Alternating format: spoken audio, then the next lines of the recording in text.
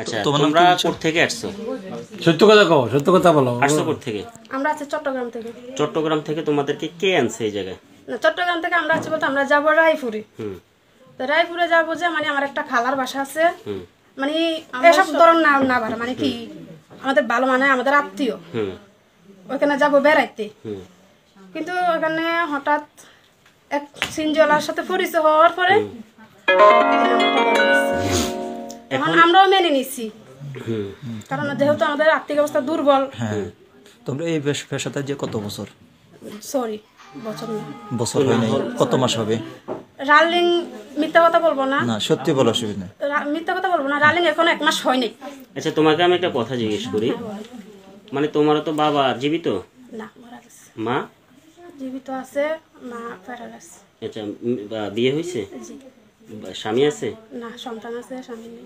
আচ্ছা তোমার সন্তান যখন তোমাকে জিজ্ঞেস করবো যে মানে কখনো তোমার সামনে পড়বে, তোমাকে এই ধরনের কথা বলবে, তখন তোমার কাছে কিরকম লাগে? মানে তুমি ধরো না মাসে এই পথ থেকে তুমি একটা কথা 20,000 30,000 টাকা ইনকাম করো, কিন্তু তুমি তো নিজে পরিশ্রম করলে তো 10-20,000 টাকা ভালো মতন খাইয়ে দেয়, ভালো মতন থাকতে পারো, ঠিক আছে? তো তুমি নষ্ট হও, তোমার ছেলের ভবিষ্যৎ নষ্ট, তোমার ফ্যামিলি নষ্ট, মানে সমাজ নষ্ট, সব দিক দিকে যেটা কলঙ্ক, ঠিক আছে? তাহলে তোমরা এই যে এখন এত রাত্রে মানে এখন এই যে তোমাদের সাথে কথা বলি নিজেদের কাছেও খারাপ লাগে যে তোমরা আমাদের মতনই তো কোনো বাপ মায়ের। মাঝখানে আমি একটা কথা বলতে পারি? হ্যাঁ বলো। যে এখন আজকে আপনাদের কথা শুনে আমার অনেক বিবেকে ঢুকছে, মানে আপনারা যদি সাহায্য করেন, একটু আমাদেরকে রায়পুরে গাড়ি তুলে দিলেন, আমরা আশা করতেছি শপথ করবো কখনো আর কখনো। যদি আপনাদের যদি কিছু যদি শপথ করার মতো কিছু থাকলে দেখতে পারেন।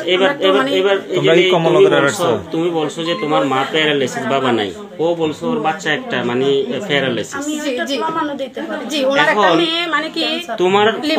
তোমার কর্মফল নাকি কিসের কর্মফল সেটা আল্লাহ ভালো জানে, কিন্তু তুমি কি জানি এমন একটা জীবন, মানে এটা কি তোমার জীবন নিয়ে মানে সেজন্য তো মাঝখান দিয়ে একটা কথা বলছি আপনাকে, আপনারা যদি আমাদেরকে যদি একটু সাহায্য করেন, যদি আমাদেরকে যদি গাড়ি তুলে দেন, এখান থেকে শপথ করে যাব, এবং কি আল্লাহর কাছেও শপথ করে যাব, আমরা কথা জীবনে আসবো না।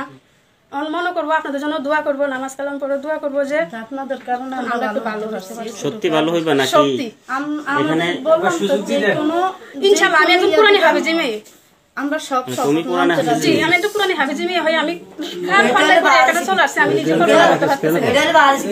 এইজন্য তো আমি নিজে আমি অনেক দিন ধরে কান্না করতেছি, এই লাগে যে আচ্ছা ভিডিও বন্ধ করো।